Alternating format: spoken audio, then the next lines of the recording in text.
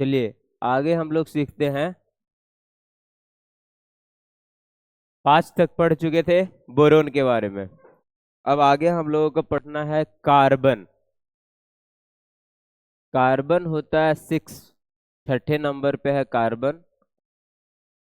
इसका विन्यास करेंगे तो होगा 1s2, 2s2 और P में कितना आएगा आपका 2, क्योंकि 1s फुल हो जाएगा, 2s फुल हो जाएगा, तो P में जाएगा मैक्सिमम 6 इलेक्ट्रॉन। तो दूसरा हो गया 2 2 4 2 6। अब देखिए कार्बन की क्वालिटी के बारे में जानेंगे एक एक करके कि कार्बन का क्या क्या क्वालिटी है।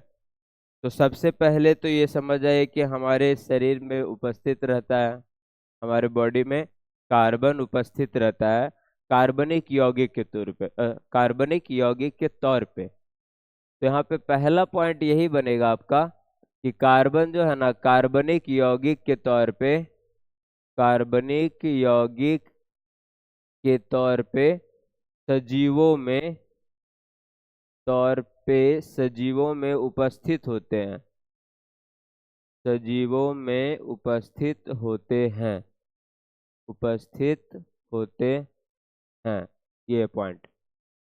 अब कार्बन जो है ना एक ऐसा पदार्थ है जो क्या है, सबसे ज्यादा कार्बनिक यौगिक बनाता है। दुनिया में सबसे ज्यादा यौगिक बनाने वाला पदार्थ कौन है? कार्बन है। हवा नहीं पहुंच रही वहां तक, आदत हो गया एकदम, यहाँ चलते रहता है। दुनिया में सबसे ज्यादा जो यौगिक बनाता है वो है कार्बन। अभी तक ऐसा अनुमान लगाया जाता है कि पूरे प्रकृति में 46 46 नहीं सॉरी 86 लाख कार्बनिक यौगिक बन चुका है। 86 लाख क्या बन चुका है? कार्बनिक यौगिक। यानी डेली हम लोग कुछ ना कुछ नया कार्बनिक यौगिक इजाद कर लेते हैं, ऐसा माना जाता है। 86 लाख मतलब क्या है? हम लोगों को ऐसे बोला जाता है कि हम लोग 86 लाख योनियों से भटक के मनुष्य में आते हैं। योनि भी कितना है? 86 लाख। उससे ज्यादा कार्बनिक यौगिक का निर्माण हो चुका है। सारी चीजें अभी का आधुनिक युग में जितनी भी चीजें हैं सब में कार्बनिक यौगिक है, यानी कार्बन का ही इस्तेमाल किया गया है।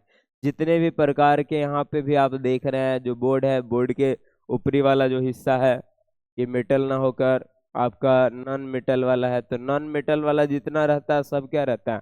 कार्बन उसमें रहेगा ही रहेगा। वह या तो पॉलीथीन के रूप में रहे, प्लास्टिक के रूप में रहे, या फिर किसी रूप में भी रहेगा, रहेगा कौन? कार्बन ही रहेगा। तो कार्बन आपका सबसे ज्यादा कार्बनिक यौगिक बनाता है। तो दूसरा आपका पहला पॉइंट यहाँ कार्बन कार्बनिक यौगिक के तौर पे सजीवों में हम लोगों में रहता है।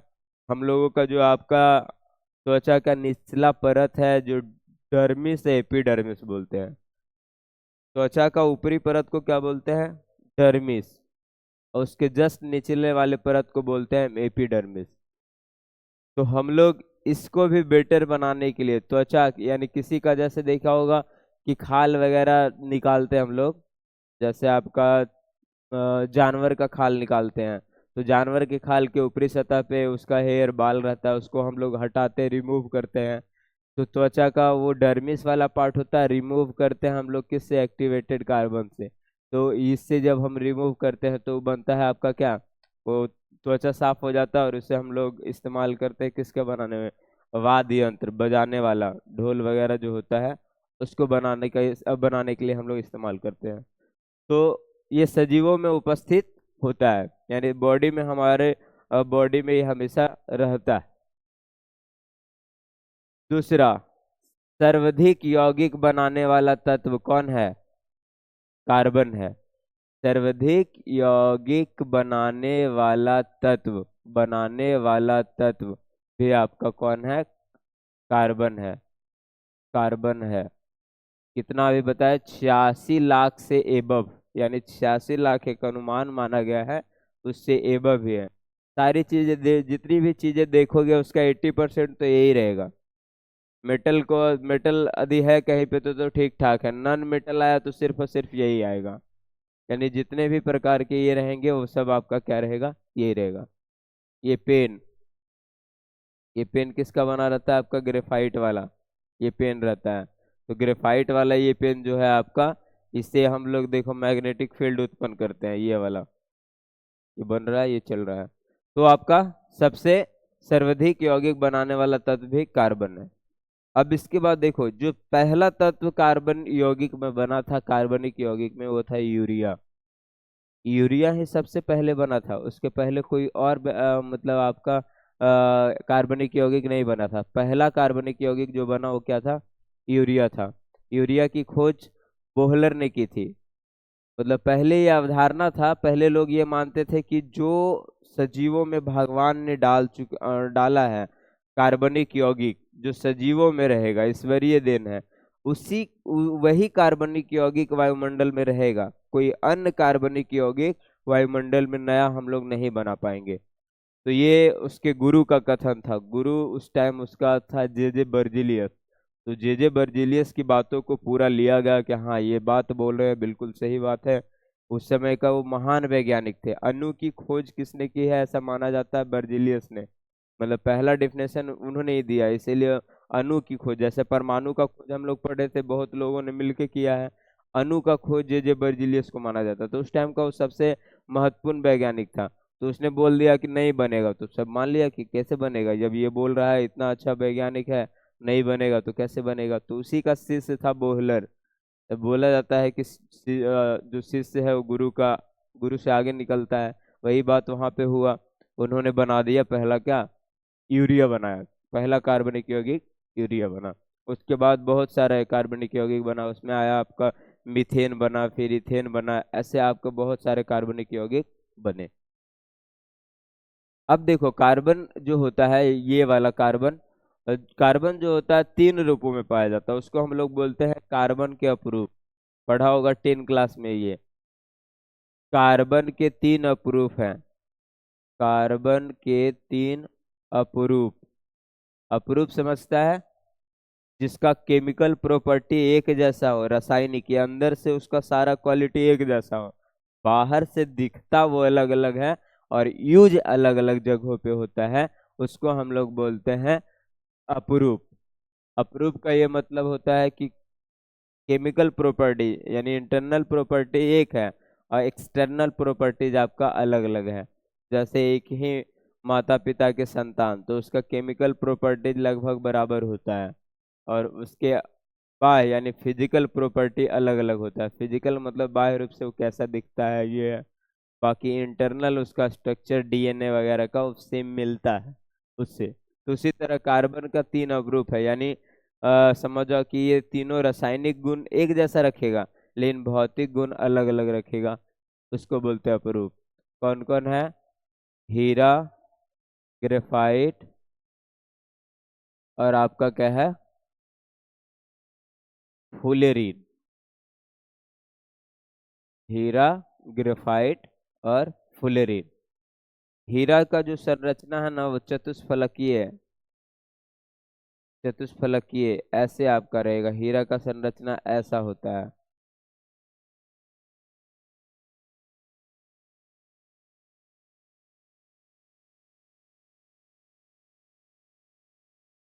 ये संरचना है हीरा का। चतुष्फलकीय, चार फलक वाला। चतुष्फलकीय, ये होता है आपका हीरा का संरचना, चतुष्फलकीय। चार फलक, यानी इसमें चार चार फलक, देखा होगा चार एटम भाग लेगा, एक दो तीन चार, एक दो तीन चार। हर एक जगह ना तीन चार यानी दो दो मतलब आपका फलक आएगा, वो चार वाला फलक आएगा। इसलिए इसको हम लोग बोलते हैं चतुष्फलकीय। तो ये चतुष्फलकीय होगा। अब यहाँ पर ग्रेफाइट की जो संरचना है ना, वो है षष्ठ फलकीय। ग्रेफाइट की जो संरचना है वो क्या है आपका? षष्ठ फलकीय। इसका ऐसे चलेगा।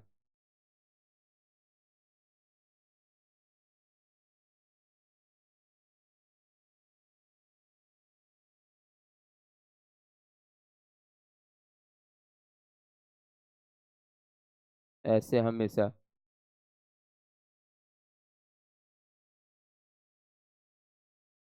ये वाला, इसको क्या बोलते हैं? षष्ठ फलकीय। छह फलक से चलेगा ये, षष्ठ फलकीय। छह फलक वाला होता है। और फुलेरीन, फुलेरीन की आकृति जो होती है सॉकर बॉल, सॉकर बॉल मतलब ऐसे गोल कर देते हैं हम यहाँ पर, इंडिकेट कर देते हैं ऐसे, सॉकर बॉल।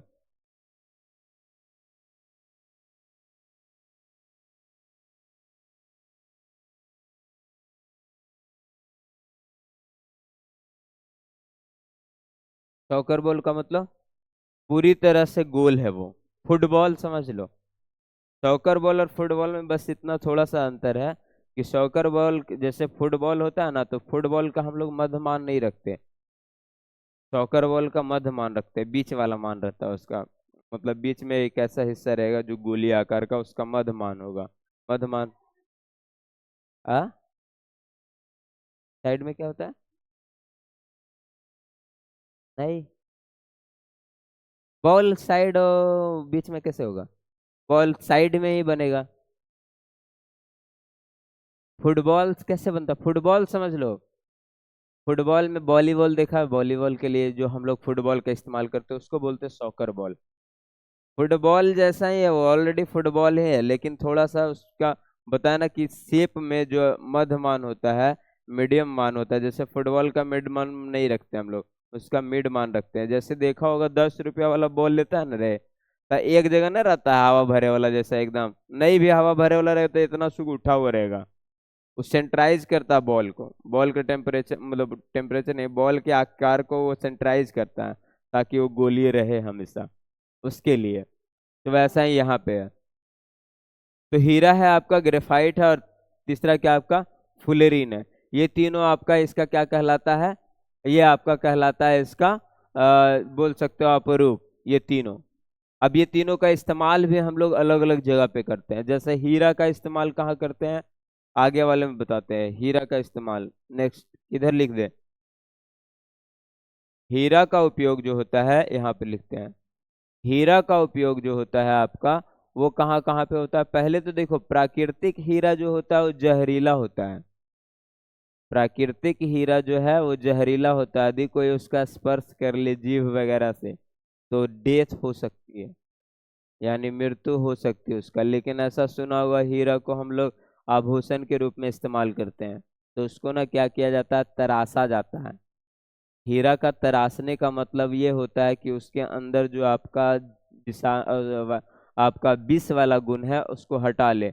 उसको हटाने के लिए हम लोग क्या करते हैं, रेज का इस्तेमाल करते हैं, लाइट का। जैसे लाइट से अभी क्या होता है, ऑपरेशन वगैरह होता है, लेजर ऑपरेशन सुना होगा, मेजर ऑपरेशन, दो तरह का ऑपरेशन होता है। तो लेजर लाइट इतना ज़्यादा आपका क्या होता है, ताकतवर होता है, उससे बनाया जाता है, उससे ऑपरेट हम लोग करते हैं, वो गलाने की क्षमता रखता है वहाँ पे चारों मतलब जहाँ पे ऑपरेशन करते हैं उसके बीच वाले हिस्से को, इसलिए लेजर का इस्तेमाल करते हैं। लेजर क्या कोई लाइट नहीं है, हम लोग ऐसा मानते हैं लेजर लाइट, तो लेजर कोई लाइट नहीं, लाइट ही लेजर है। यानी लाइट को क्या बनाया जाता है, लेजर। लेजर बनाने के लिए मान ली क्या किया जाता है, जैसे ये लाइट इतना है, इतना फैल रहा है ये चारों तरफ, यदि हम इसके सारे फैलाव को एक डायरेक्शन में डाल दें तो उसी को बोलते हैं लेजर लाइट। यानी लेजर लाइट का जो प्रोसेस है वो क्या है कि सारा डायरेक्शन में लाइट जा रहा है, उसके सारे एनर्जी को एक जगह लाओ और एक तरफ एनर्जी लगा दो, इसीलिए लेजर लाइट दूर तक जाता है। उसका सारा प्रकीर्णन वाला जो है ना, लाइट को फैलने वाली जो प्रक्रिया उसको हटा के सिर्फ और सिर्फ एक लाइट में बनाया जाता है, इसीलिए उसको बोलते हैं लेजर। उसका फुल फॉर्म होता है light amplification, stimulated emission of radiation. तो उधर नहीं जाते हैं, हीरा में आते हैं। तो हीरा प्राकृतिक रूप से बताया क्या होता है, जहरीला होता है। इसके ऊपर क्या है, साइनाइड वाला जैसा, साइनाइड आप देखा होगा फिल्मों उल्मों में लगा रहता था पहले। पहले लोहा का अथी दस्ताना पहनता था, उसके ऊपर साइनाइड लगाता और फिर लोगों को छूता था तो डेथ कर जाता था। साइनाइड आपका क्या है, एक जहरीला पदार्थ है, जिसको हम लोग केमिस्ट्री की भाषा में नाइट्राइल बोलते हैं। यदि साइनाइड का सेवन गलती से हो जाएगा तो आपकी डेथ हो जाएगी। तो इसी तरह जो है ये आपका हीरा का ऊपरी सतह में ऐसा माना जाता है कि उसके लेवल का ही आपका ऐसा जो उसका ऊपरी सतह है वो जहरीला बना रहता है। और इसको हम लोग तराशते कैसे, लाइट डाल के, लाइट डालते हैं तो ऊपरी सतह में जो आपका जहर जो विष है वो हट जाता है। यानी खास तरह का देखा होगा ना, एक आता है उसमें हीरा में पढ़ना होता है पूर्ण आंतरिक परिवर्तन, जिसके कारण हीरा चमकता है। तो उस चमक को मतलब उस चमक से ही उसको तराशा जाता है। हीरा को तराशते हैं लाइट से। तो लाइट से जब तराशते हैं तो फिर वो किसके इस्तेमाल के काबिल हो जाता है? दो चीजों का इस्तेमाल हम लोग पहले कर देते हैं कांच की कटाई में। कांच की कटाई में जो आपका शीशा वगैरह होता है उसको हीरा रख देते हैं तो डायरेक्ट कट जाता है रिएक्शन से। बल वगैरह ज्यादा नहीं लगाना पड़ता है, जैसे है ना, ऐसे रखा हुआ कांच, मोटा मोटा कांच है, उसके ऊपर हीरा रखते हैं। हीरा रखते हैं, आसानी से एकदम ये क्रॉस कर जाता है वो। रखे और थोड़ा थोड़ा, ये नहीं कि रख दिया चले लगा, थोड़ा सा भी प्रेशर डालेंगे हम तो रिएक्शन करता है कांच और हीरा। और रिएक्शन करने के बाद अपना बॉन्ड ही तोड़ लेता है, जहां पे वो बॉन्ड बना हुआ ना उसका वो बॉन्ड टूट जाता है। इसके कारण ये करते हैं। तो कांच की कटाई के लिए इसका इस्तेमाल करते हैं, किसका? हीरा का। सोचो, कांच कितना मतलब समझ जाओ कि सस्ता पदार्थ, उसको काटने के लिए महंगा पदार्थ का यूज किया जाता है। नहीं तो सही से कटाई नहीं होगी। कांच का कटाई कैसे करेंगे हम लोग? वो उसे इससे भी काटेंगे ना, इधर तो नॉर्मली उसी से काटा जाता है ये करके, लेकिन यदि उससे काटेंगे तो उसका आकार सही शेप में नहीं आएगा। लेकिन जब हीरा से काटते हैं तो शेप में आता है वो। तो कांच की कटाई में इसका इस्तेमाल होता है। और दूसरा इसका इस्तेमाल कहाँ होता है? आभूषण में। आभूषण में यानी जो आपका आभूषण है, यानी जो पहनने के लिए हीरा का इस्तेमाल करते हैं हम लोग, डायमंड का इस्तेमाल करते हैं, पहनते हैं।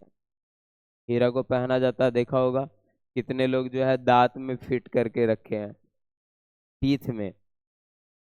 हाँ, इधर इधर जान ही रहा है इन लोग महिला कहीं भी कि जो छेद करके पहन रही है अभी।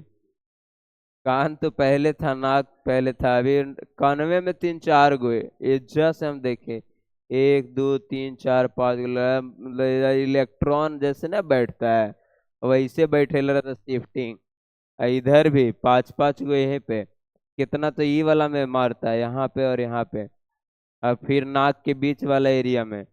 एक तो पहले इधर इधर मारता ही था, अब बीच वाला ये वाला एरिया में है, जीभ में, नाभि में। आभूषण इतना ज्यादा मतलब ये हो गया है पहनने के लिए।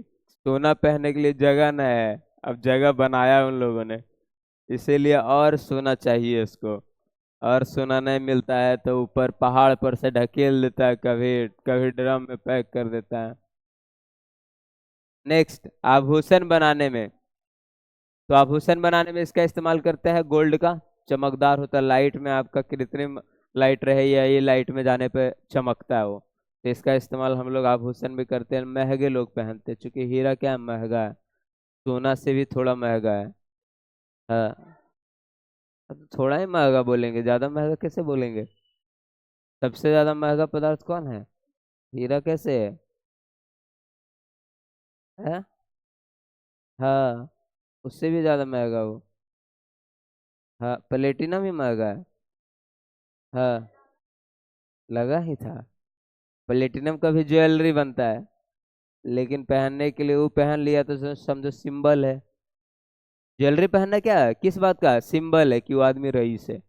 प्लेटिनम का पहन रहा तो क्या है, रईस है तभी पहनेगा, नहीं तो नहीं पहनेगा। जैसे आईफोन कौन चलाता है? मोबाइल तो ये इसमें सारा फंक्शन वैसा ही है, लेकिन जो थोड़ा रईस टाइप का है, वही चलाता है। वैसा कैसे नहीं है? गरीब आदमी कहाँ चला रहा है? ले लेता है वो अपना मतलब दिखावा करने के लिए, ऐसे नॉर्मली शो ऑफ के लिए वो तो ले लेता है कोई भी। लेकिन वो गरीब नहीं होगा, याद रखो। वो गरीब हो ही नहीं सकता जी, 1 लाख रुपए का फोन चला रहा है, वो मान लीजिए कि बेच रहा होगा ये बोतल वगैरह भी, तो समझो कि ज्यादा बोतल बेच रहा हो, तुमसे ज्यादा कमा रहा होगा बोतल बेच के, तब वो लिया है। नहीं तो ऐसे नॉर्मल लोग कहाँ ले पाते हैं? लेता है रे, 1.5 लाख का फोन कैसे रखेगा? टूट टूट गया, टूटने का डर रहता है। इधर वाला एकदम तुरंत और जल्दी फेंक देता है। इधर के घर में बच्चा उच्चा भी, वो तो एक्सपर्ट रहता है, एकदम लेके गोसाया तो ले तुरंत। तो वो सब सिंबल है। IPhone is not a phone, it is symbol of रईसी। आदमी रईस है, आईफोन देख के ये ना अंदाजा कैसे लगा लेती हो तू सब? है? आईफोन रखे हुए है। बोलते नहीं हो, समझ जाते हो कि आदमी अच्छा मालदार आदमी है, यानी इसके पास इनकम है, वही रख रहा है। हम लोग रखते हैं सैमसंग। अरे गैलेक्सी, वो 14,000 वाला, 5 साल से रखे हुए हैं। नेक्स्ट, कांच की कटाई और दूसरा आभूषण बनाने में। तो आभूषण बनाने में इसका बताएं कि बहुत जगहों पे पहना जाता है, इसको सबसे ज्यादा दांत में फिट किया जाता है। जैसे सुना होगा सोना का दांत, पहले के लोग का भी सोना का दांत हुआ करता था। मामा शकुनी सोना का दांत था, ओकरे दांत तोड़ा था, तोड़ तोड़ के निकालता था दांत। अभी सोना का दांत रहे तो पता चलने के बाद उसका दांत गायब हो जाता है। कैसे होगा वो बात, वो जाने, लेकिन गायब हो जाएगा। तो हीरा का क्या है, दांत में फिट किया जाता है। कितने सिंगर हैं ऐसे हॉलीवुड वाले, परफॉर्मेंस देने के बाद जैसे गाना गाता है तो लाइट रहता है, तो जैसे कि आवाज मुंह निकाला तो उसके बाद चमकता है। हाँ, एक मेडोना नाम की सिंगर है, वो लगाई हुई है, चार चार दांत आगे में। तो सब भी लगाओ कमाने मारने के बाद ना, यही सब में तो जाता है। लड़का लोग तो पहनने का मतलब है नहीं सब, तो सबसे मतलब है रे। तो सब सोना दे सकता है, सोना लिया है कभी? दान कर देगा लेकिन लेगा नहीं। लड़के का इधर से ये सबसे, इस मोह माया की दुनिया में लड़का फंसता नहीं है। आ? वो ठेला जाता है, वो अलग बात है, ठेलने वाला का नियति खराब है, वो तो अलग बात है। लेकिन लड़का मोह माया वाला इस सब में है, सोना लेंगे उससे अच्छा जाके एकदम व्यवस्था में न लग जाएंगे, खाए पिए वाला में 20-30 को टान लेंगे। तो हीरा का इस्तेमाल वहां पे होता है। दूसरा है ग्रेफाइट। ग्रेफाइट है आपका, तो ग्रेफाइट का उपयोग जानता है। ग्रेफाइट का इस्तेमाल जो होता है वो कहाँ पे होता है, स्नेहक के रूप में। स्नेहक समझता है, स्नेहक के रूप में। स्नेहक उसको बोलते हैं, एज समझ जाओ कि ये आपका क्या है, फिसलने वाला सतह है, उसी को बोलते हैं स्नेहक। स्नेहक का मतलब ये है कि फिसलेगा वो वहां पे। जैसे स्नेहन गुण के कारण ही इसका इस्तेमाल हम लोग पेंसिल से किस पे लिखते हैं, पेज पे। जैसे कलम वाला तो क्या, स्याही उसके अंतर्गत आता है किसिकत्व क्रिया द्वारा, इसमें तो स्याही भी नहीं है। इसमें पेंसिल में लेड पेंसिल जिसको बोलते हैं, नाम है लेड पेंसिल लेकिन उसमें लेड नहीं है। कट पेंसिल को क्या बोलते हैं हम लोग, कट पेंसिल इधर बोलते हैं उसको, लेड पेंसिल उसका नाम है, लेकिन उसमें लेड नहीं, शीशा नहीं है। तो वही कारण आपका उसमें वो क्या है, फिसलता है। फिसलने वाले गुण को बोलते हैं स्नेहक, स्नेहन बोलते हैं। उस पदार्थ को क्या बोलते हैं, स्नेहक। इसीलिए ग्रेफाइट का अगला इस्तेमाल कहाँ पे होता है, पेंसिल में, लेड पेंसिल में। लेड पेंसिल में, लेड पेंसिल में किसका इस्तेमाल हो जाता है आपका, ग्रेफाइट का। उसके अलावे ग्रेफाइट का इस्तेमाल वहां पे होता है जहां पे विद्युत का चालन करना है धातु के तौर पे। हम लोग पढ़े हैं एकमात्र ऐसा धातु है जो विद्युत का सुचालक है, वो कौन है, ग्रेफाइट। बाकी सारा विद्युत का सुचालक जो होता है वो धातु होता है, लेकिन एकमात्र अधातु है वो कौन है, ग्रेफाइट। इसके साथ अभी एक और अधातु ऐड हो गया। पहले जो था ना एक धातु आपका, एक अधातु के रूप में यही था ग्रेफाइट, लेकिन अभी खोज किया गया कि एक फास्फोरस नाम का धातु है, ब्लैक काला फास्फोरस, वो ना वो भी विद्युत का चालन कर लेता है। इसलिए इसका इस्तेमाल अभी मोबाइल जो भी इलेक्ट्रॉनिक गैजेट है उसमें ब्लैक फास्फोरस आ रहा है। पहले ओनली ग्रेफाइट था थोड़ा थोड़ा, जहाँ पे उपयोग में आना है तो ग्रेफाइट डालते थे। अब यहाँ इसका इस्तेमाल हम लोग कर रहे हैं किसका, ब्लैक फास्फोरस का। तो विद्युत चालन में भी इसका इस्तेमाल हो जाता है। क्लियर हो गया दोनों का, ग्रेफाइट का और इसका।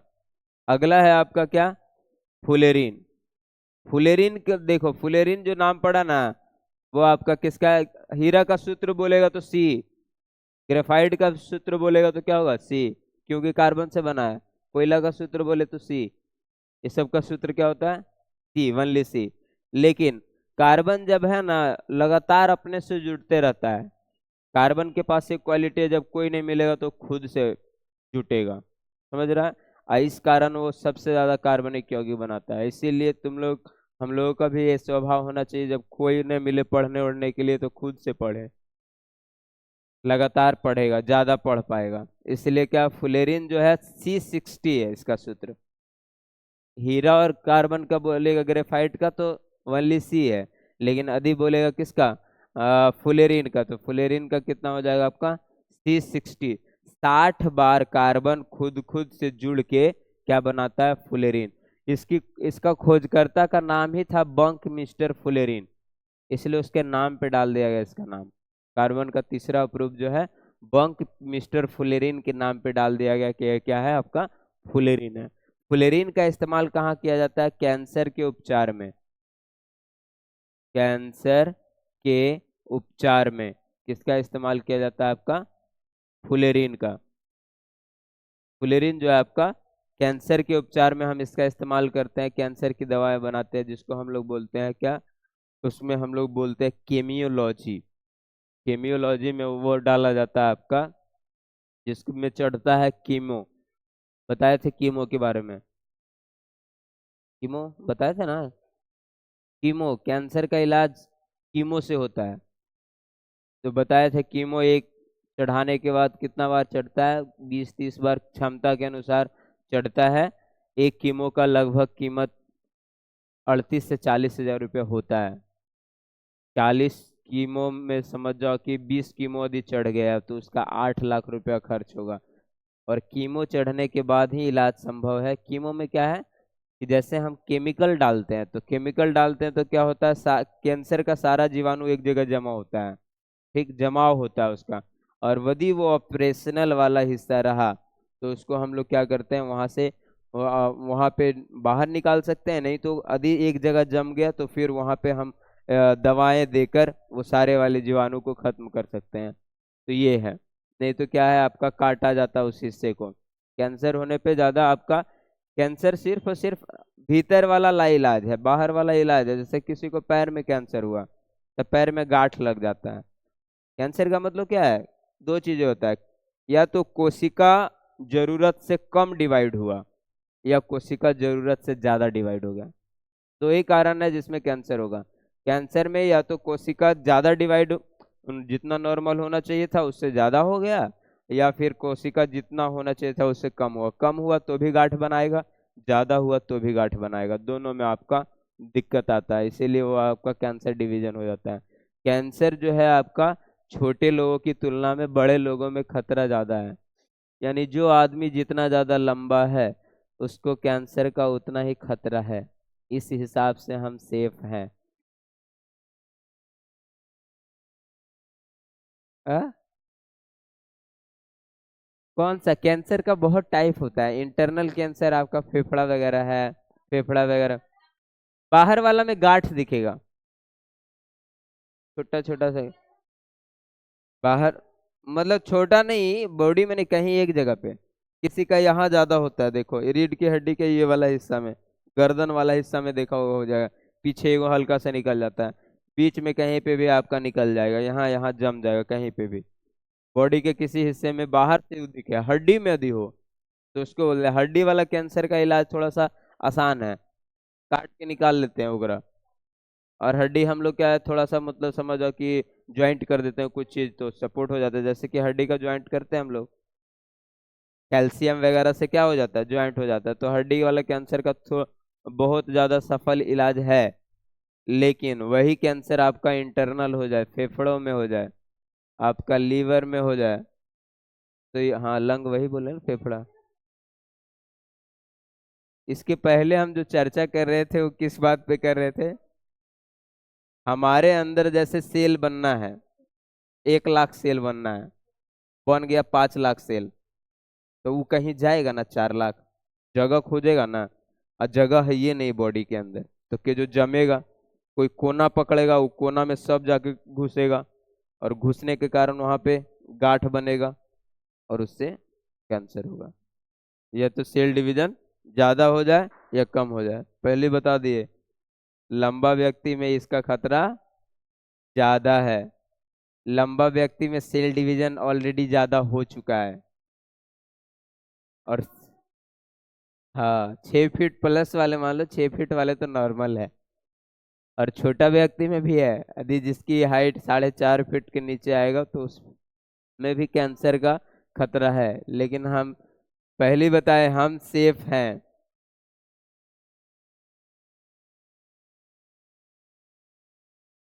हाँ, में ज्यादा हो गया और होना चाहिए बीच में। ना ज्यादा मिलना चाहिए था ना कम, कार में उतना ही पेट्रोल डालिए जितना वो चले।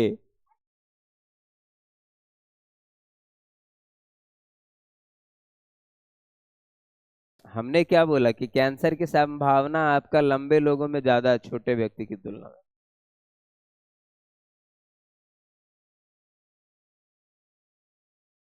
तो सबके होता कहाँ है, सबके कैंसर होता कहाँ है, कम ही होता है, एक कैंसर होता है लेकिन।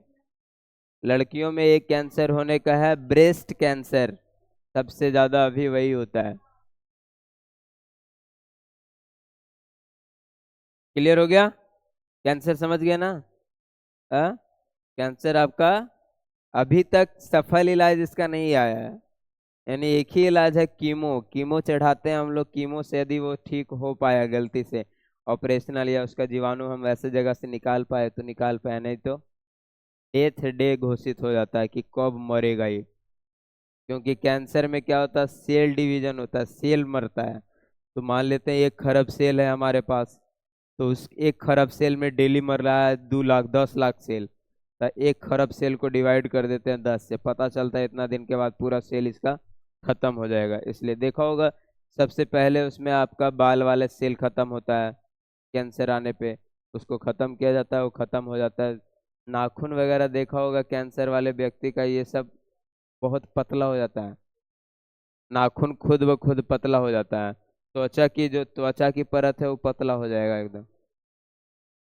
हाँ, वो तो पहला रिएक्शन है ना वो। रि- हाँ।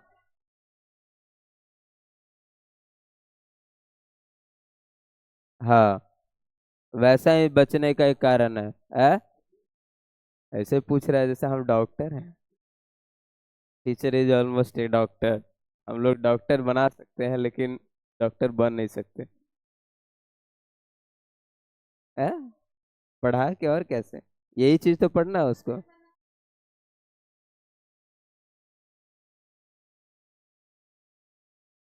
उसके लिए पढ़ना है अभी से ही लगातार, कोढ़ी जैसे नहीं बैठना है। डॉक्टर बनने के लिए पहला काम, टेबल पे कभी बेंच पे वैसे ना बैठे। वो डॉक्टर का लक्षण नहीं, वो मरीज का लक्षण है। डॉक्टर बनोगे नहीं बनोगे, मरीज बन जाओगे। इसलिए उस पे कमांड करना होगा, बैठने के तरीके पे। हो गया, बन गई डॉक्टर। आराम से बैठल थी, कायल डॉक्टर बोली कैंसर के उपचार में। समझ गया, फुलेरिन का इस्तेमाल यहीं पे सबसे ज्यादा आपका होता है, कैंसर के उपचार में। कैंसर के उपचार में हम लोगों के पास एक और है, जिसको हम लोग बोलते हैं विटामिन B12। हाँ, 10 क्लास में पढ़ाए थे, याद है? हिमालयन यब पौधा, यब पौधा से एक केमिकल निकलता है टक्सॉल, और टक्सॉल से बनता है कीमो। तो 10वां तू सब ने पढ़ा था, हम थोड़ा पढ़े थे। नेक्स्ट, हीरा हो गया, ग्रेफाइट, फुलेरिन, तीनों समझ गया ना?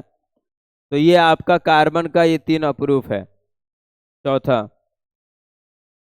आगे, कार्बन का ना उपयोग और तरीकों में किया जाता है, और चीजों में किया जाता है। जैसे है आपका प्रसाधन वाले जितने भी चीजें हैं, प्रसाधन मतलब सौंदर्य, सौंदर्य मतलब त्वचा की सफाई करने वाले कर्मक, जैसे साबुन है, फिर उसके बाद आपका क्रीम है।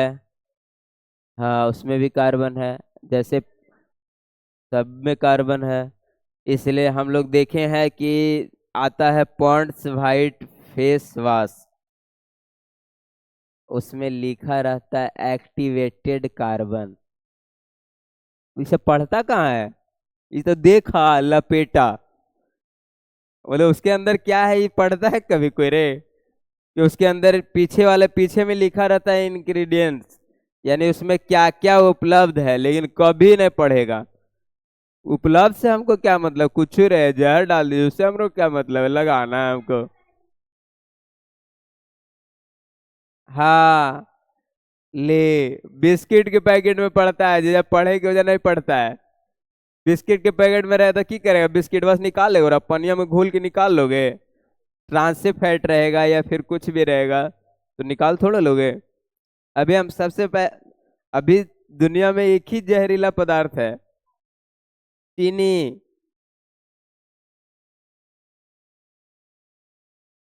हाँ, कौन? चीनी।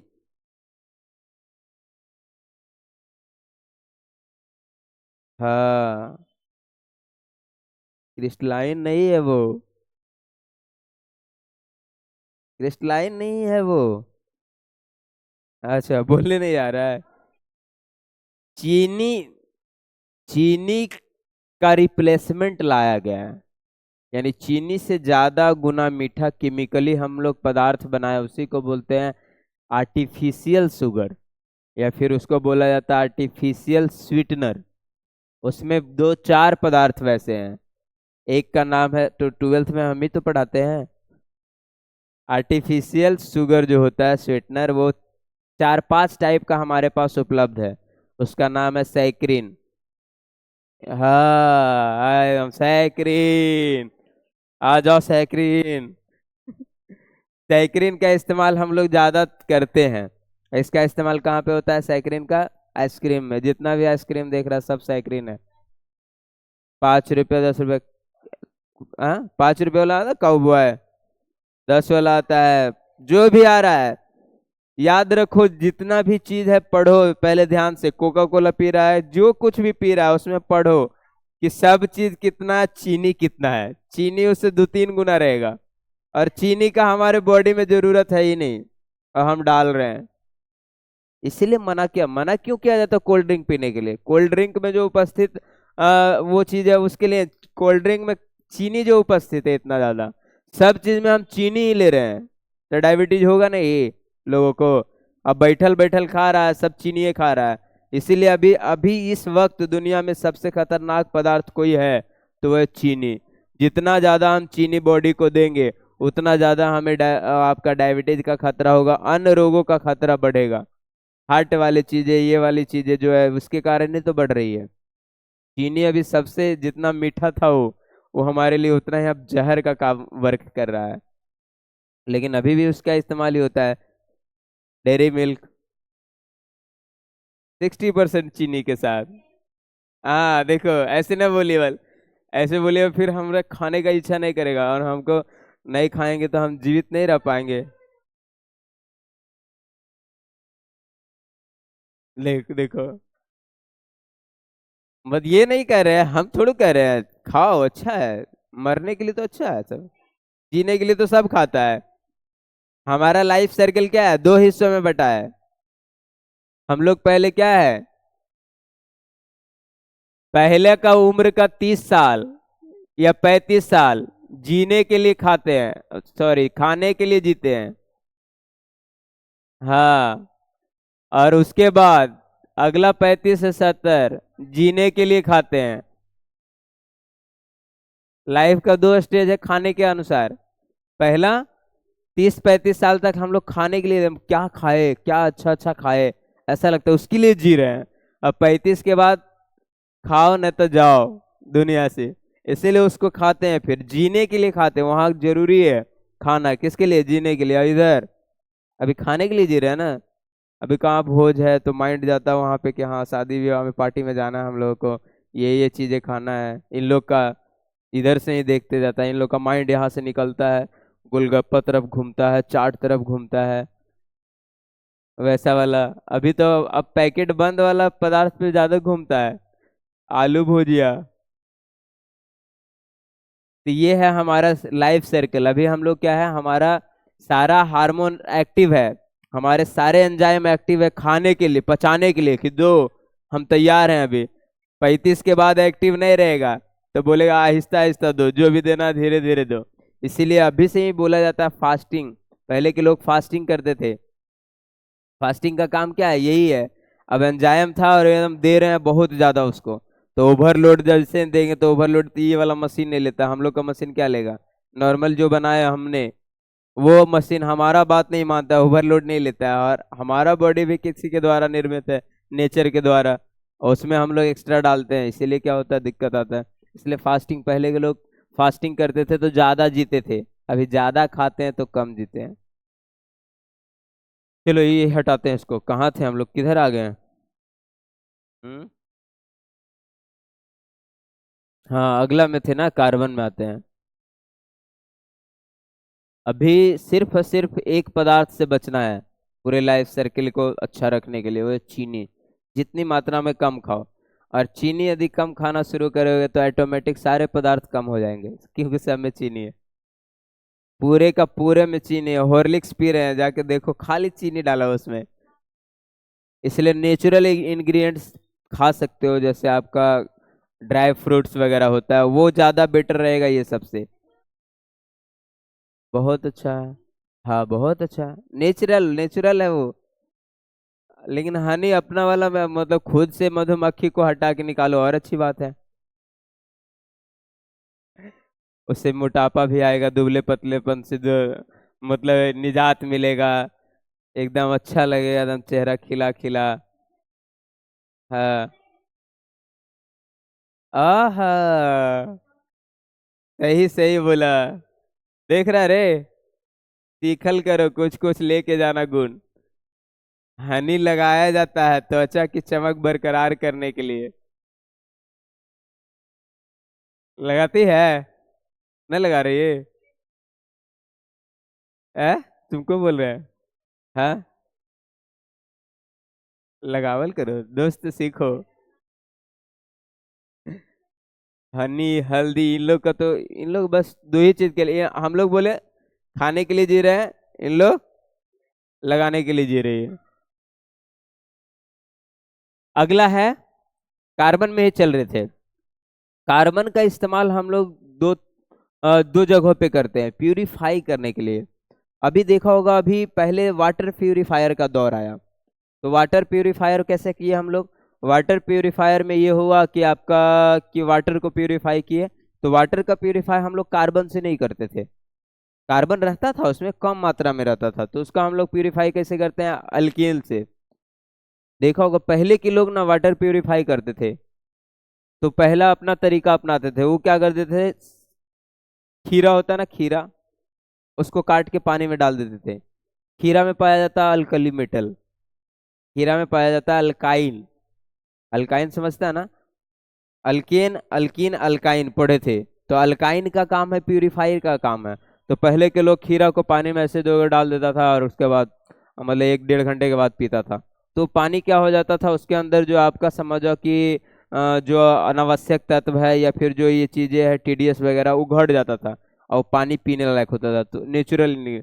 उसी का उपयोग करके वाटर प्यूरिफायर आया, कि जो चीज खीरा में पाया जाता है उसको निकाल के हम डायरेक्ट डालेंगे, और उससे पानी को हम लोग फिर। हाँ हाँ, सही। हाँ,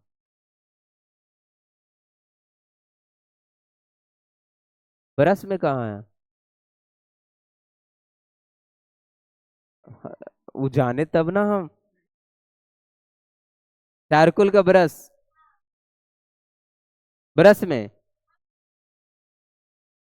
हम ब्रश का तो नहीं जानते, बाकी चीजें हमें जो पढ़ना है, पढ़ाया जाना है, वो जानते हैं, जिसमें आपका एक्टिवेटेड कार्बन रहता है वो। एक्टिवेटेड कार्बन का इस्तेमाल हम लोग कहाँ करते हैं, एक्टिवेटेड कार्बन लिख देते हैं।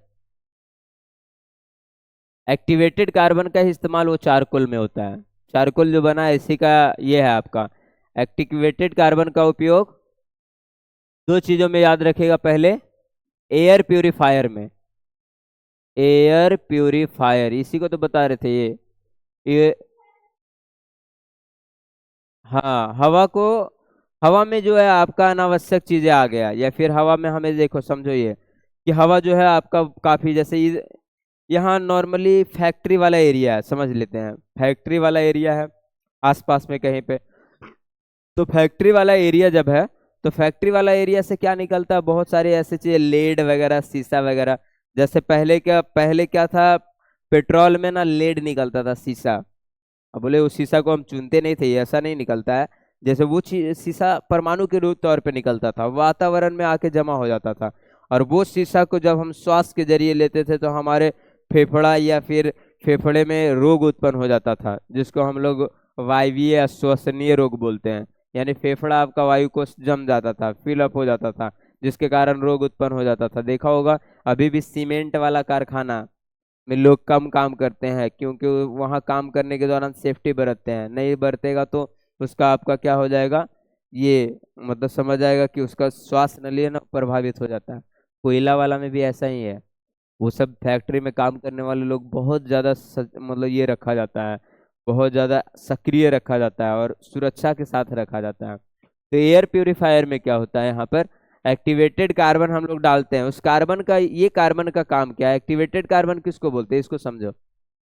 एक्टिवेटेड कार्बन हम लोग बोलते हैं उस कार्बन को, जो कार्बन को हम लोग नवजात बना दिए हैं। नवजात कहने का मतलब वो किसी और रूप में था, उसको हमने किसी और रूप में चेंज कर दिया। पहले वो समझो आलसी है, आलसी था, एकदम आलसी था, और उसको हमने मतलब एक्टिव एनर्जी दे के एक्टिव कर दिया, उसी को बोलते हैं एक्टिवेटेड कार्बन। कार्बन को थोड़ा सा एनर्जी देना, एनर्जी देने का मतलब ये होता है उसका टेम्परेचर वगैरह को ये कंट्रोल करके उसका एनर्जी को थोड़ा सा बूस्ट करना। तो जैसे हम बूस्ट करते हैं तो होता यूं है, क्या हो जाता है आपका कि वो एक्टिवेटेड कार्बन हो जाता है। वो उसका काम फिर क्या होता है कि बाहर जितना भी आपका ये है ना, जो आपका समझ आए कि प्रदूषक है, उसको ना अपनी तरफ आकर्षित करता है बॉन्ड बनाने के लिए।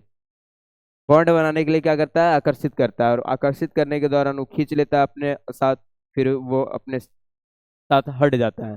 इसीलिए इसका इस्तेमाल हम लोग प्यूरिफायर में करते हैं, लगा देते हैं। वो सारा जितना भी आपका प्रदूषक तत्व है सबको अपने पास ले लिया, और लेने के बाद एक वैसा एरिया होता है जहाँ से पाइप वगैरह के जरिए उसको बाहर निकाल लेते हैं, और अच्छी हवा को हम लोग बाहर दे देते हैं। वही है आपका एक्टिवेटेड कार्बन। फिर एक्टिवेटेड कार्बन का भी बताया, जो बोली चारकोल, फेस पे लगाने वाला, फेस वॉश में भी आता है।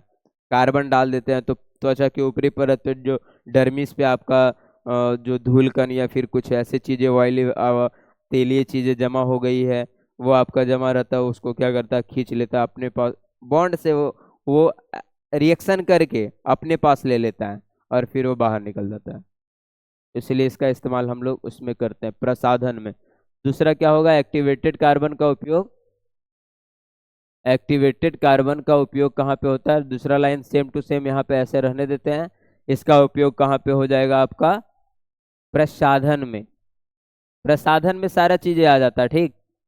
प्रसाधन में, प्रसाधन समझ गया, त्वचा की सफाई, उसको बोलते हैं हम लोग प्रसाधन। त्वचा के साथ और जो भी चीजें आता है इन लोग ज्यादा जानते हैं ना। एडिक्योर, पेडिक्योर, क्या रे, पैर का एडिक्योर, एक मैनिक्योर होता है। मैनिक्योर किस मतलब किस हिस्से का होता है, ये इसी को नहीं पता। अब हम बताएंगे तो क्या लड़के हैं, तो इसलिए छोड़ो।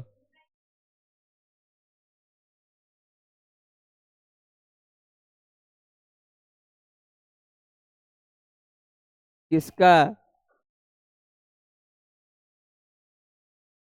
है, पैर का तो पेडिक्योर होता है।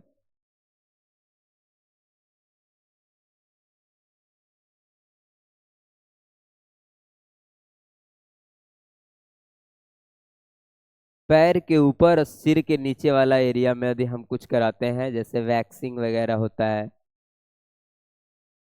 वो वाला, तो अब यही सब बतावे, हम इतना ना बताएंगे आगे। नहीं? तो प्रसाधन में किसका इस्तेमाल होता है, एयर प्यूरिफायर, या फिर बोल सकते हो इसको हम लोग प्रसाधन में। तो प्रसाधन में किसका इस्तेमाल होता है आपका, इसका ही इस्तेमाल होता है, किसका, एक्टिवेटेड कार्बन का, जिसको हम लोग बाद में क्या बोलते हैं, ये चारकोल वगैरह तुम लोग जो बोल रहा है वही वाला चारकोल। नेक्स्ट, अगला है, अगला आपका है कार्बन का इस्तेमाल जो होता है डेटिंग में होता है। डेटिंग बोल रहे हैं, समझ रहा ना।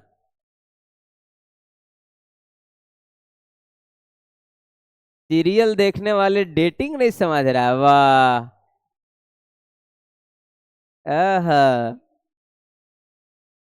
देखने वाले लोग डेटिंग नहीं समझ रहा है। तो कार्बन डेटिंग, ये आपका क्या है, आयु ज्ञात करने के लिए किया जाता है, जीवाश्म की आयु, जीवाश्म की आयु। जीवाश्म की आयु ज्ञात करने के लिए हम लोग कार्बन डेटिंग नियम का उपयोग करते हैं। इसमें किसका इस्तेमाल होता है, कार्बन का दो समस्थानिक है, एक को बोलते हैं C612, एक को बोलते हैं C614, 12 और 14। 12 और 14 में ये है कि 12 वाला कार्बन ना ट्रांसफर होता है 14 वाला कार्बन में। 12 वाला कार्बन जो है ये बदलता है, ट्रांसफॉर्मिंग वाला कार्बन है, और ये बदलता है आपका 14 वाला में।